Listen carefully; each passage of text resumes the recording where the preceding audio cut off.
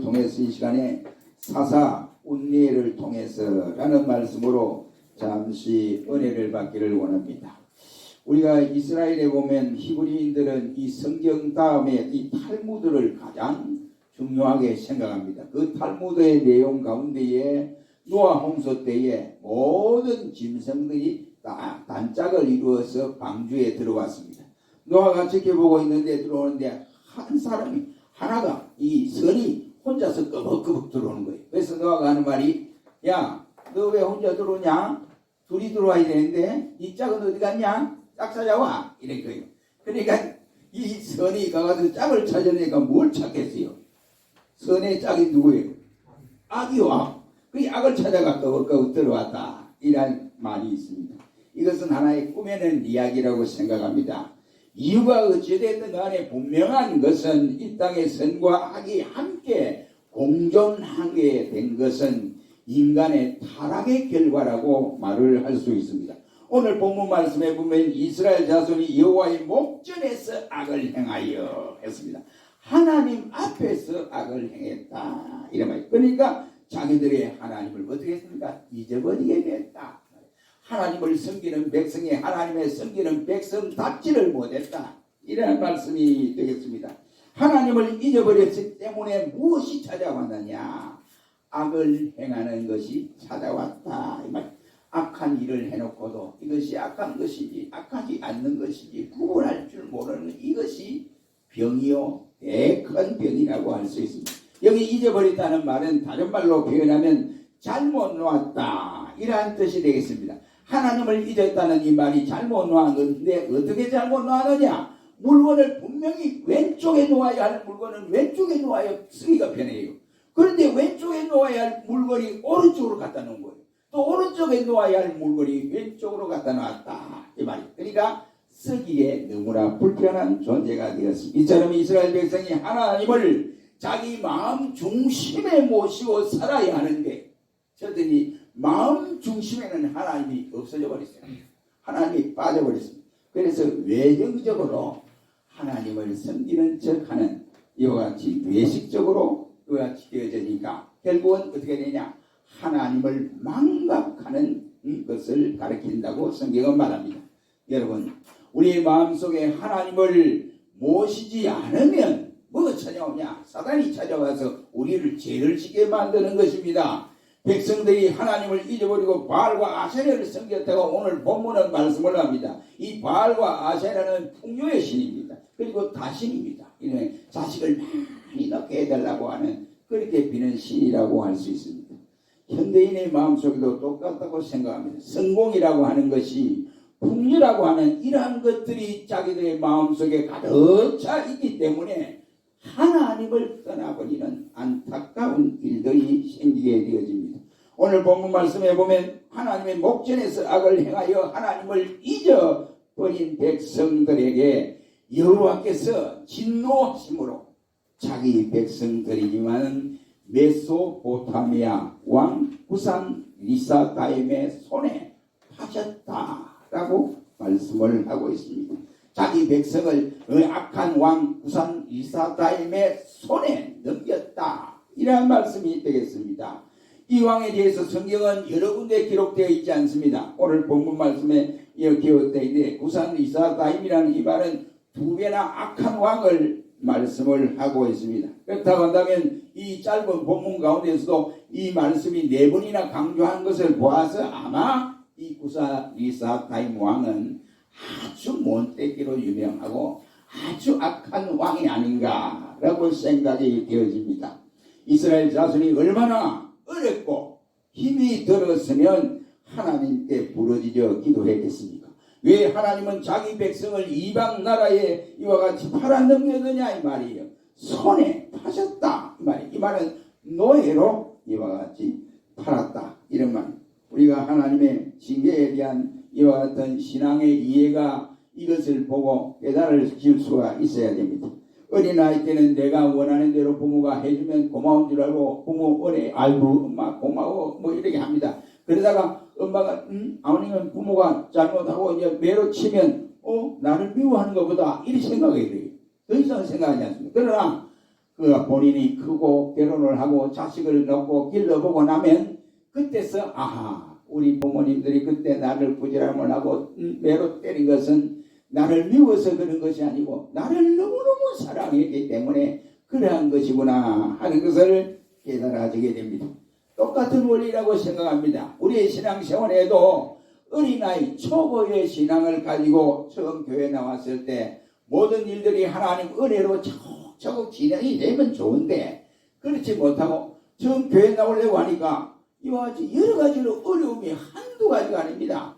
방해되는 요소들이 대단히 많습니다. 사단이 가만히 안 두거든요. 교회 나오려고 하니까 별의별 수작을 벌입니다. 그때 이제 그 어려움을 잘 견뎌 나가야 되는데 하나님 앞에 기도하고 견뎌 나가야 되는데 그 어려움을 견디지 못하고 하나님 계신 줄로 내가 알고 예수를 믿었더니만 하나님 안 계신가 보다. 왜 내게는 자꾸 이런 어려움이 다가오느냐. 예수 믿으려고 하니 더 하는구나.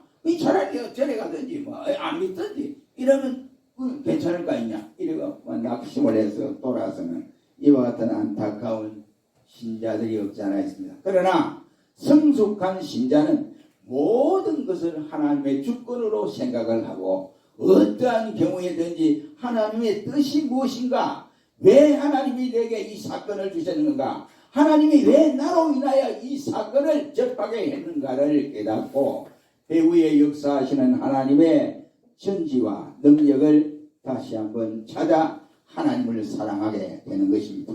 내 뜻대로 되어야만이 성공하는 것이 아니고 내 뜻대로 안 되는 것도 하나님의 뜻대로 된 것이라면 바로 그것이 하나님의 놀라운 은혜다, 이런 말이에요. 우리는 늘 어떻게 사냐, 하나님의 손에 하나님의 사랑을 받고 살아가는 백성이 되어야 됩니다.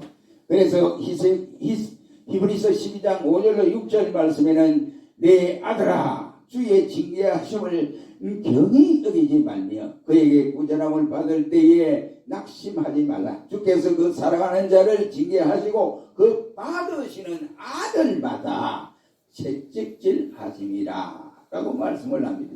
그러면 우리에게 징계가 하나님 우리 미워서 징계하는 것이 아니고 채찍질하는 것도 우리가 미워서 채찍질하는 우리를 깨닫게 하시고 신앙을 성숙시키는 방편으로 받아들여야 됩니다. 아들은 성숙한 자녀입니다. 징계는 훈련이라고 하는 말이 뒤따르게 됩니다. 이 훈련이 필요한 것은 저와 여러분이 다 알고 있습니다. 신앙인격을 위한 훈련이 이것이 바로 징계라고 할 수 있습니다. 꾸지람이 나오는 것은 누가 꾸지람을 하는데 아이고 아들아 요래라 저래라 이렇게 사서 얘기하지 않잖아요. 꾸지람은 큰 소리로 꽉을 지르는 거예요. 야 이놈아 네가 왜 이렇게 했어? 이러면 안 되잖아. 이런 거예요. 이게 바로 꾸지람이. 꾸지람을 하는데 살짝 이게 귀 속에 대고 살짝 했더니 꾸지람이 아니에요. 꾸지람은 큰 소리로 음성을 높여서 강하게 한다는 뜻입니다. 설교 역시도 마찬가지입니다. 매번 설교할 때 위로받는 설교는 세상적으로 여러분이라 축복받습니다 이러면서 맨날 도덕적 설교만 할 게 아니라 우리 하나님의 말씀대로 죄가 뭐냐, 죄를 짓는 사람은 어떻게 되느냐, 회개하지 않으면 안 된다, 이걸 강조하고 생방을 할 수 있는 설교도 들을 줄 알아야 됩니다. 제가 전도사 때인데 우리 이 집사가 조그만 그때 처음 이 집사를 나가니 요놈이 내가 앞에서 이제 찬양 이제 같이 부르고 앞에서 앉아고 이러니까 깜짝 올라오고 어디 갔냐, 목사님 설교하니까 그 앞에 강대사까지 따라온 거예요. 그러니까 이제 설교하시다가 야 이전사 어떻게 아들을 교시해서 이러는 거예요. 그러니까 갑자기 그러니까 저도 다 황당하고 아들 겁이 나가지고 애도 나오다 보고 제자리 어떻게 한 거예요. 그래가지고 설교 마치고 예배 마치고 목사님 불려갔습니다. 야, 너 아들 어떻게 교육시켰어? 이제 아장아장 걸어가지만 그래도 설교시간 나오면 안 되잖아. 이래. 그때는 정말로 믿더라니까. 우리 목사님 미워요. 믿더라니까. 당연히 아니라서 믿는데 내가 목회를 하다 보니까 야, 이것이 나를 미워서 한 것이 아니고 나를 사랑해서 그렇게 대중들 앞에서 성도들 앞에 창피를 줬구나. 평생 이 짓 보이지 말라고 그렇게 하셨구나. 이런 생각이 들 때가 있었습니다. 하나님 마찬가지랍니다. 하나님이 징계를 하거나 부자람을 이 채찍질을 하는 것은 뭔가 더 강한 응징과 처벌을 말씀하고 있는데 우리 부모들이 자식을 때리면 이것이 뭐 미워서 때리겠습니까? 자식이 뭐 싫어서 때리겠습니까? 너무 사랑하기 때문에 그런 짓을 하지 말고 바른 길을 가라고 한 것입니다. 잘못된 길을 가지 말고 바른 길을 가기 위한 강한 의지가 바로 그 채찍 속에 사랑의 행위가 담겨져 있다 이 말이에요. 여러분, 징계가 당장 우리가 볼 때는 괴롭지요, 힘들지요. 왜 하나님이 나를 이렇게 고통을 겪게 합니까? 하고 외로움을 느낄 수 있습니다. 그러나 슬플 때가 있습니다. 그러나 그 속에 하나님의 사랑과 하나님이 나를 향하여 지금 하시는 그 무언의 메시지가 무언가를 깨닫게 되면 우리는 더 은혜스러워요. 참을 수가 있습니다. 우리 신자는 그러한 신령을 살아요. 오늘 본문을 보면 하나님이 자기 백성을 2배나 악한 리사 바임에게 이 지배하에 어떻게 되냐, 그것도 8년을 지배하도록 두었다라고 했습니다. 오늘의 이 어렵고 아픈 상처를 보는 시각이 우리가 달라져야 되는데, 이러한 것을 보려면 믿음이 있어야 돼요. 믿음이 없으면 현재 그만 보기 때문에 우리 낙심하게 되고 그만 하나님을 잊어버리게 되는 안타까운 일이 생깁니다. 이럴 때마다 우리는 어떻게 하느냐, 하나님이 왜 내게 이러한 것을 허락했을까? 하나님이 왜 내게 이렇게 말씀하실까? 이것을 생각하고 기도해야 돼요. 하나님이 나에게 기도하라는 메시지구나. 하나님의 사랑이 이렇게 표현되는구나. 이것을 아셔야 한다 이 말입니다. 오늘 본문에 이스라엘 자손이 여호와께 부르짖었다라고 말씀을 하고 있습니다. 여기 부르짖었다는 말은 힘을 다해 외쳤다 이란 내용입니다. 랑게는 이 부분에서 해석하기를 극심한 고통 중에서 부르짖는 것을 의미하고 있다라고 해석을 하고 있습니다. 출애굽기 2장 23절 말씀에 보면 이스라엘 자손이 애굽에서 엄청난 고역으로 인하여 탄식하며 부르짖었다라고 말씀을 하고 있습니다. 부르짖는 소리가 하나님께 상달되었다고 출애굽기 2장 23절은 말씀을 하고 있습니다. 부르짖는 그 소리를 누가 들었느냐? 하나님 자신이 들으셨다라고 했습니다. 부르짖는 것은 두 가지 뜻이 담겨져 있다고 생각합니다. 그 하나는 자기의 당하는 그 고통을 하나님이 해결해 달라고 하는 이러한 내용이 담긴 반면에, 다른 하나는 철저하게 하나님이 반성하고 회개하라고 하는 뜻이 거기에 담겨 있습니다. 백성이 부르짖을 때마다 하나님의 긍휼을 하나님이 베풀어 주셨더라고 성경은 우리에게 가르치고 있습니다. 오늘 예레미야서에 보면 에레미야가 이미 그가 시일의 옥에 갇혔을 때에 여호와께서 말씀하여 다시 그에게 임하니라고 하시면서 이를 행하시는 여호와, 그것을 지어 성취하시는 여호와, 그 이름을 여호와라 하는 자가 이같이 이르노라. 너는 내게 부르짖으라. 내가 내게 응답하겠고 네가 알지 못하는 크고 비밀한 일을 내게 보이리라. 이는 그들이 모든 악을 인하여 나의 얼굴을 가리고 그 성을 돌아보지 아니하였습니다. 보라, 내가 이 성읍을 치료하며 고쳐 낫게 하고 평강과 성실의 풍성함을 그들에게 나타낼 것이라고 예레미야 33장 1절로 6절은 말씀을 하고 있습니다. 여러분, 부르짖으면 하나님이 응답을 하시고 그 성을 치료해 주시겠다고 약속을 하고 있습니다. 그러니 우리가 어떻게 살아가야 되냐? 얼음이 다가올 때 그냥 넘기는 거 걱정하고 힘들고 막 이렇게 불평하고 원망하는 것이 아니라 그때에 내가 하나님을 부르짖을 수 있는 기회다 생각하고 하나님을 부르짖어라 이 말이에요. 하나님이 나를 부르신 시간인 줄 알아야 됩니다. 그러므로 너는 내게 부르짖어라. 내가 응답하여 주리라고 말씀하여 주셨습니다. 사랑하는 성도 여러분, 우리가 얼마나 힘이 듭니까? 오미크론 때문에 힘이 듭니다. 누가 오미크론 환자인지 몰라요. 그러니까 무증상 환자가 우리 곁에 있으니까 그냥 대화하다 보면 옮겨지고 이런 상황이 있습니다. 엄청난 힘이 드는 시간입니다. 이러한 때에 우리는 어찌해야 되느냐? 기도할 때다 이렇게 생각이 됩니다.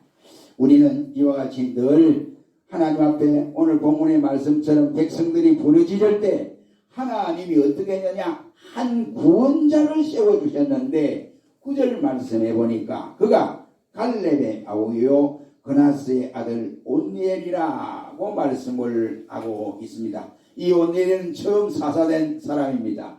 백성을 구원한 사람이라고 성경은 가르치고 있습니다. 40년 동안 그가 있는 동안에 그 땅에 평화가 있었다라고 말씀을 하고 있습니다.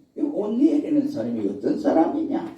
사사 온니엘을 이 시간에 생각하면서 우리가 온니엘과 같은 백성, 온니엘과 같은 하나님의 사람이 되어지기를 원합니다. 그럼 온니엘은 어떤 사람이냐? 실제로 오늘 본문 9절 말씀해 보니까 하나님이 사용하시는 사람이었다, 이런 말이에요. 백성이 8년간 고난 속에서 견딜 수 없어 하나님 앞에 부르짖을 때에 하나님이 아무나 선택해서 이렇게 사용한 것이 아니라 바로 온니엘이라고 하는 사람을 사용하여 백성을 구원하였다라고 말씀을 하고 있습니다. 하나님은 모든 사람이 구원을 받으며 진리를 아는 데 이르기까지를 원하신다고 디모데전서 2장 4절은 밝혀주고 있습니다. 그래서 이를 위해서 하나님은 누구를 쓰느냐? 사람을 선택해서 사용하시게 됩니다. 우리가 짧다면 짧고 길다면 긴 인생의 삶에서 하나님께 쓰임을 받았다고 할 때 그 사람은 바로 최고의 성공자라고 말을 할 수 있습니다. 하나님께 사용된다고 하는 것은 꼭 신학을 공부하고 목사가 되어야만이 사용하는 것이 아니라 우리의 무슨 직업에 종사하든지 간에 하나님의 영광을 위하여 쓰여지면 되어지는 것입니다. 당시에 많은 사람들이 있었는데도 불구하고 왜 하나님이 온니엘을 선택하셨을까 하는 것입니다. 하나님이 쓰실 만한 자질이 갖추어져야 됩니다. 하나님이 쓰실 수 있는 자질이 갖추어지지 않는데 하나님이 쓰시겠습니까? 쓰시지 않는다 이 말이에요. 사사기 1장 13절에 보면 갈렙의 아우요 그나스의 아들 온니엘이라고 말씀을 하고 있습니다. 우리가 보통 성경에 사람들을 이와 같이 말을 할 때 누구의 아들이라 소개를 합니다. 그때에 아미떼의 아들 요나, 우리의 아들 호세아 이렇게 부릅니다. 그런데 온니엘은 갈렙의 아우요 그나스의 아들이라고 첨가해서 말씀을 하고 있습니다. 우리는 갈렙에 대해 너무나 잘 알고 있습니다. 여호수아 14장 8절 말씀에 보면 갈렙은 하나님의 말씀을 온전히 쫓았다라고 우리 성경은 기록을 하고 있습니다. 신명기 1장 36절 말씀에는 갈렙은 온전히 여호와를 순종했다라고 말씀을 하고 있습니다. 온니엘은 갈렙의 사이입니다. 이는 곧 다른 말로 표현하면 부모의 헌신이 자녀의 축복의 길로 이어지게 됨을 알려줍니다. 하나님이 이삭에게 내 아버지 아브라함 때에 내가 너에게 축복하기로 약속했는데 그 아브라함 때에 약속한 것을 내가 너 때에 허락하마 라고 말씀을 하시니 창세기 26장 24절에서 보면 밝혀지고 있습니다. 충성스럽게 섬기고 봉사한 하나님의 사람의 자녀들을 복을 받게 해주시겠다 이 말이죠. 사사기 1장 11절 말씀에 보면 갈렙이 나이가 많아서 이제 더 이상 전쟁을 하다가 힘에 부대꼈습니다. 힘에 부대껴서 이제 이야기를 합니다.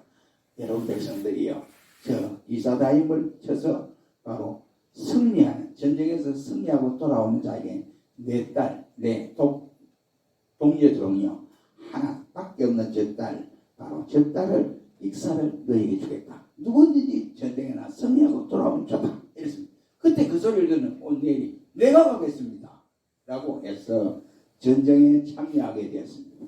그러면 온니엘이 자기 이후에 갈렙의 딸 익사를 아내로 받기 위해서 이와 같이 전쟁에 나가느냐? 그런 욕심이 아니고 갈렙과 함께 말씀을 순종하여 전쟁에 나가서 싸우고 싶었을 뿐이었습니다.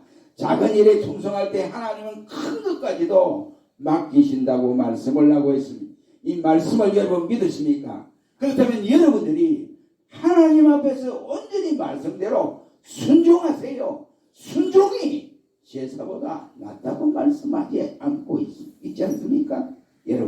여러분의 자녀들이 하나님의 나라를 건설하기 위해서 존귀하게 사용하시기를 바라십니까? 순종을 하세요.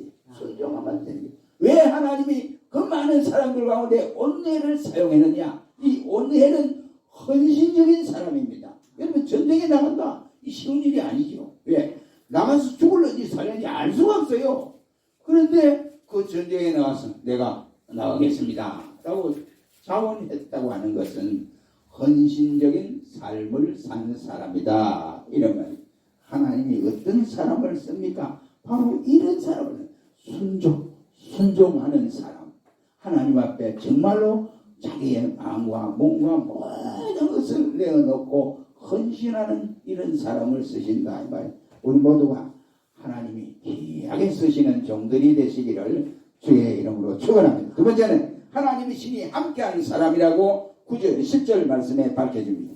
하나님의 신이 그에게 임하였으므로 나가 싸울 때에 여호와께서 메소포타미아 왕 구사 이사다임을 누구의 손에 붙였다? 바로 온니엘의 손에 붙였다라고 말씀을 하고 있습니다. 온니엘이 능력이 많아서 그런 것이 아니고 그가 재주가 있어 그런 게 아니고 군사 전략을 세우는데 기발한 이와 같은 전략가가 아닙니다. 그런데 왜 그런데 하나님이 승리하겠냐? 하나님의 신이 함께했다. 이 말은 성령의 사람이다 이라는 말씀이 되겠습니다.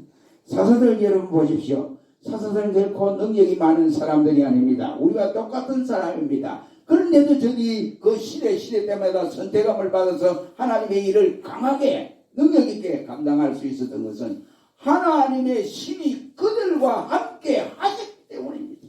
우리 역시도 마찬가지입니다. 우리가 넘어지기 쉽고 낙심하기 쉽고 연약한 가운데 있지만은 그러나 하나님의 신이 우리와 함께 역사하시면 우리는 무슨 일이든지 감당할 수 있게 되어진다는 말씀이 되겠습니다.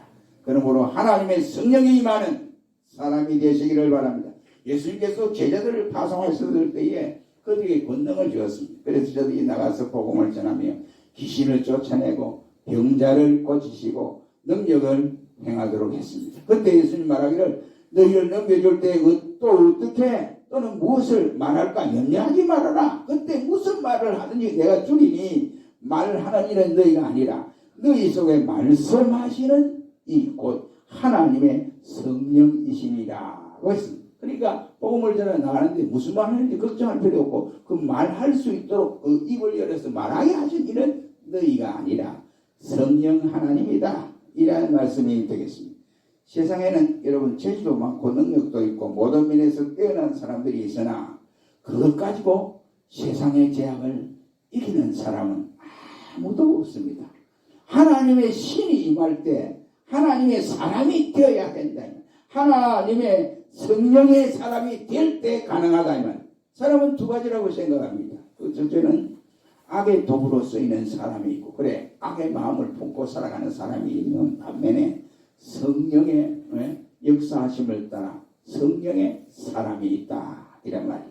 사울이 하나님의 신에 감동되어 충만할 때에 그는 위대한 왕이 될 수 있었습니다. 전쟁에 나가서 승리할 수 있습니다. 그런데 그가 교만하고 자신을 위해서 기념비를 세우고 또한 이렇게 할 때 하나님의 신이 그를 떠났습니다. 대신 그의 신이 떠난 다음에 뭐냐? 악신이 그에게 임했다라고 했습니다. 그래서 그 악신을 쫓아내기 위해서 다윗이 이와 같이 찬양을 부를 때 그 악신이 나갔다라고 했습니다. 그래서 하나님의 신이 그의 마음에 들어왔다고 말씀을 하고 있습니다. 재능이 있는 것과 하나님의 신이 임하는 것과는 아무런 상관이 없습니다. 하나님의 신이 임할 때 담대하여 줍니다. 그렇게 두려웠던 베드로를 여러분 보십시오. 요한을 보십시오. 공회 앞에 많은 사람들 앞에서 관원과 장로와 그리고 서기관과 대제사장과 그의 또한 그 문중 사람들이 있는 앞에서 예수 그리스도는 우리의 구주다 라고 확실하게 담대하게 증거를 했던 일이 있습니다. 하나님 앞에서 하나님의 면전에서 사는 삶의 자세가 있는 사람은 바로 성령의 사람이다 이란 말이에요. 어떤 사건이나 어떤 일보다도 뭘 봐야 되느냐? 하나님을 먼저 생각하고 하나님을 먼저 바라볼 수 있어야 한다 이런 거예요. 이 먼저 하나님 생각을 하는 사람이 되는 이런 사람이 하나님의 신이 함께하는 사람입니다. 우리 모두 이러한 사람이 되시기를 바랍니다. 세 번째로 오늘은 하나님이 축복한 사람이라고 오늘 11절에서 말씀을 합니다. 오늘이 사사로 있는 동안에 그 땅이 태평했다라고 했습니다. 이 태평한 세월이 40년간 평화가 도래됐다라고 했습니다. 하나님의 사람 온니엘 때문에 40년 동안 이스라엘에 평화가 있었다고 한다면 이 사람은 꼭 그 당시에 필요한 존재였다라는 말이 되겠습니다. 우리가 잘 아는 대로 이 땅에는 꼭 필요한 존재가 있고 없으나 마나 있으나 마나한 사람이 있습니다. 그리고 없어도 되는 사람이 있습니다. 존재하지 않아도 되는 사람이 없지 않아 있습니다. 테러를 하는 사람들, 이 사람들 없는 게 나아요. 그리고 아이를 유괴해가지고 돈 뜯어내는 사람, 이거 없는 게 나아요. 돌아다니면서 산에 불 지르는 거, 이것도 없는 게 나아요. 얼마나 피해를 봅니까? 다른 사람이 피해를 오는 거예요. 여러 사람이 그만 고민에 빠지게 하고 또는 정신질환에 걸리게 만드는 것입니다. 우리는 어디를 가든지 꼭 필요한 사람이 되어져야 된다. 이 말입니다. 없어서는 아니 될 인생으로 살아가야 됩니다. 가정에서도 교회에서도 그리고 사회에서도 이 나라에서도 하나님 앞에서도 없어서는 아니 될 필요한 존재가 되라 이 말입니다. 우리 여수에 가면 전주에 예수병원이 있습니다. 아주 유명한 병원이지 않습니까? 거기에 원장으로 있었던 크레인 박사 이분이 자기가 처음에 자기 아버지 대해서 우리나라에 와서 선교사로 파송이 돼서 일을 하셨는데 이 크레인 박사도 처음에 교회를 개척할 때 시골 교회를 담당하게 됐습니다. 근데 어느 날 좀 시골 교회가 뭐 사람들이 많지 않습니까? 그런데 그 가족이 이제 아들, 아버지, 아내 이렇게 세 사람이 잘 나왔어요. 그리고 자다가 이 아들이 그만 갑자기 열이 나기 시작하더니 아들이 그만 죽어버렸어요. 이 아들이 진짜 아버지는 이 아들 죽음 앞에서 그 시체 앞에서 엉엉 울고 있고 아내는 차마 그 자리를 못하고 자기 집에서 막 울고 식음을 전폐하고 있는 거예요. 그런데 어떻게 된 바인지 그 집이 불이 났습니다. 똑같은 날 아들이 죽는 날 불이 나버렸어요. 그러니까 아내가 그만 불에 타서 새까맣게 끌려 죽었어요. 이 소식을 들은 남편이 어떻게 했습니까? 억장이 무너지대는 억장이 하나님을 섬기는 가정에서 이런 일이 있을 수 있느냐는 겁니다. 그런데 그때 크레인 박사가 이 장례식에 두 사람을 놓고 이제 설교를 해야 되는데 무슨 설교를 해야 이 사람에게 한 사람 남은 남편에게 뭘 위로가 되는지 정말로 고민이 되더라고요. 그래서 기도하는 중에 하나님 어떻게 설교를 해야 됩니까? 그러다 이제 얼른 생각이 나는데 이래야겠구나. 그래서 하나님 욕하고 싶죠? 하나님 원망하고 싶죠? 내가 볼 때도 하나님 원망스럽습니다. 원망 많이 하세요. 많이 하세요. 많이 하세요. 이러고 또 한편으로는 하나님 원망하며 살겠습니까? 그러나 그 하나님을 믿고 살겠습니까? 그 하나님은 우리 두려우신 분이고 우리를 사랑하신 분이고 우리를 위로해 주신 분인데 그 하나님 앞에 바로 살게 이와 같이 두려우신 하나님을 믿고 살겠습니까? 이랬더니 참 남편이 눈물을 뚝뚝 흘리며 있더랍니다. 그러다가 하는 말이 내가 어찌 하나님을 원망하며 살겠습니까? 목사님 나 하나님 원망하지 않겠습니다. 이러더라는 겁니다. 여러분 오늘의 이 지구촌에는 크고 작은 사건들이 우리 앞에 펼쳐지고 있습니다. 특히 우리가 잘 아는 실종자 이명우 씨라는 사람이 있습니다. 그의 아내가 그런 말을 했어요. 그 사람은 너무나 착한 사람입니다. 자기 일은 무엇이든지 다 해내고 마는 사람입니다. 그래서 가정적이고 시간이 있으면 그는 교회 나가서 충성하고 봉사하고 남이 안 하던 세례까지 다 지우는 그런 사람인데 왜 하나님이 그를 이와 같이 유괴로 데려가 실종을 되게 만들었느냐 이렇게 원망할 수도 있습니다. 그렇게 충성하고 봉사하는 사람을 어떻게 하나님이 그럴 수 있느냐. 그리고 이놈들은 이제 나중에 거의 붙잡혔습니다만은 범인들이 그려놓고는 사람을 죽여놓고 저끼리 술을 앉아가지고 술을 맞고 완전 캐리어를 부르고 이렇게 하는 거예요. 왜 하나님이 저렇게 하는데 악한 짓을 하면서 저렇게 하는 거 가만히 두십니까? 하나님 앞에 충성하는 사람이 그렇게 죽어가는데도 하나님 뭐합니까? 하나님 잠을 잤습니까? 그렇게 원망들을 하기도 했답니다. 그래서 그가 시간이 지나고 보니까 하나님의 사랑하기 위해서 그렇게 했구나 라고 깨달아지니 모든 것이 은혜가 되더라고 했습니다. 30년 전에 미국에는 이 사신신학이라고 하는 것이 판을 치게 된 때가 있었습니다. 신학 교수들이 하나님은 죽었다고 선언하고 교회는 하나님의 죽은 무덤이다 라고 이렇게 선언하게 되었습니다. 한마디로 말하면 미국이 얼마나 신학이 타락되었는지 알 수가 없었습니다. 그래서 교회가 점점 사람들이 줄어들기 시작했습니다. 그 인간들이 만든 경제, 군사력 그리고 쾌락이 저들의 마음에 자리를 잡고 풍요로움을 느끼고 있었습니다. 그런데 뭐가 일어났습니까?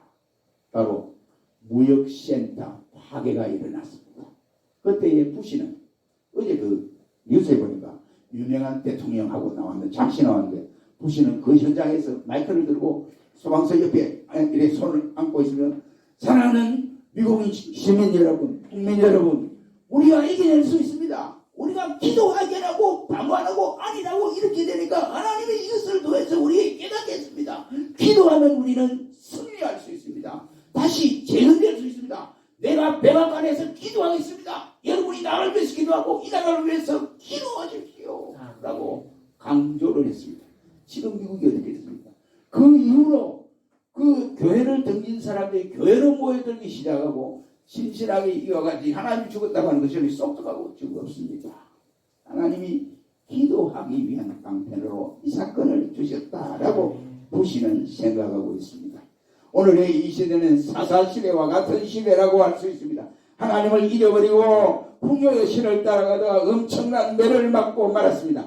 2배 이상의 악한 왕 구사 바임을 하나님이 그의 손에 팔았다라고 했습니다. 이것은 이스라엘 백성들이 볼 때는 자기 백성을 왜 하나님이 이렇게 하시는가라고 생각하겠지만 하나님 앞에 기도하라고 하는 신호라 이 말입니다. 그래서 하나님이 그때에 운리엘을 선택하여 사용했습니다. 잠시 사는 세상에서 성공하고 실패하는 것은 그리 중요한 것이 아니라고 생각합니다. 중요한 것은 바로 따로 있습니다. 하나님 앞에서 바로 우리가 쓰여지는 사람이 되어야 됩니다. 하나님의 신이 감동된 사람이 되어야 됩니다. 하나님이 축복한 사람이 되어야 됩니다. 그 사람 한 사람이 오늘 이 시대를 걸어갈 수 있는 사람입니다. 누구냐? 예수를 믿는 저와 여러분이 그리 되어야 된다. 그래야 할 때 놀라운 역사. 한 가지 이만 두고 마치겠습니다. 제 조카들이 대구에 지금 몇 사람이 있습니다. 옛날에 그 한나라당 여성 부장이 이렇게 조카입니다. 고령 조카인데 큰일 났습니다. 이 목사님. 왜? 그랬더니 우리 교회가 대구에서 큰 교회 중에 들어갔는데 평소에는 목사가 설교를 잘 하더라고요. 잘 하는데 은퇴를 딱 되니까 5억을 줬대요. 5억을 주니까 시골에는 5억 크죠. 뭐 서울에는 뭐 10억도 주고 20억도 주는데 5억을 받. 근데 5억을 받는데 11조를 드립니다. 11조가 얼마예요? 예? 11조 얼마예요? 5천만 원이잖아. 그러니까 5억에서 받아가 11조 5천만 원 되니까 5천만 원 도망가는 거예요. 그 이 은퇴 목사는 말이 나 5천만 원 11조 교회에서 내라. 그럼 못 나간다. 이러는 거예요. 다 결정 다 해놓고. 그래가지고 여인들이 하는 말이 그 장로 은퇴한 장로인데 세상이 왜 이래? 세상이 왜 이래? 그래. 그 동부에 아주 큰 교회잖아요. 동부에. 그래도 그래서 은퇴하는데 목사님이 아파트를 사니라 이러는 거예요. 왜 이래 되느냐? 왜 이래 되느냐? 돈에 미친 사람들이 많아요. 돈에 미친. 교회에서 주는데 바로 아유 감사합니다. 뭐 감사합니다. 이렇게 가야 되는데 그렇지 못합니다. 이런 시대에 이런 타락한 징조가 우리나라만 그리 아니고 외국에도 그렇습니다. 미국에도 그렇고 유럽에도 그렇고 또 호주에도 그렇고 다 그래요.